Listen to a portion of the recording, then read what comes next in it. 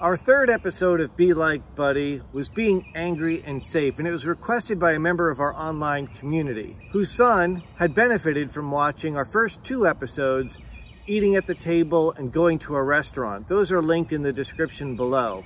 But when I asked her how else Buddy might be able to help, she said, could you make a video about not hitting?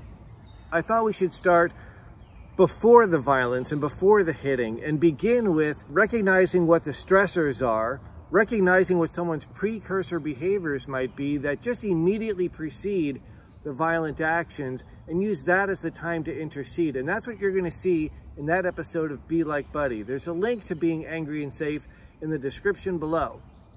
At the beginning, Buddy has multiple stressors going on at the same time.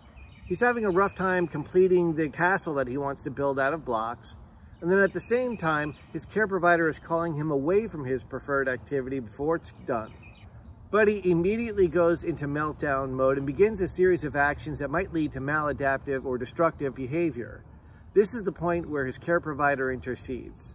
The first thing she does is to help Buddy recognize the behaviors that he does that usually precede a full-blown meltdown. His furrowed brow, his tight jaw, his heavy breathing, and his clenched fists, so that over time he can begin to recognize that within himself, when I see this, I've got a choice to make. Buddy's care provider asks him to take 3 slow breaths. Now, why does she do that? 1, to change his physiology to a better place. 2, because it's a very simple command where he's showing some control over his actions. Buddy's care provider directs him to unclench his fists and put them safely on the table or on his legs. This again is to show that he has control over what's going on. She then encourages Buddy to express his need for help in some way. In the video, Buddy uses a PEX card and he expresses it verbally. You and your team will have to come up with a similar plan to support the child in your care.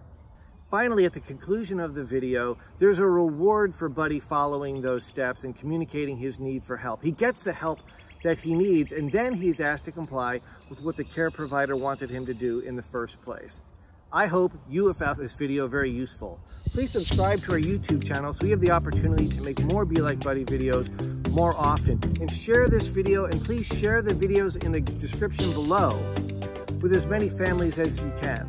Thank you.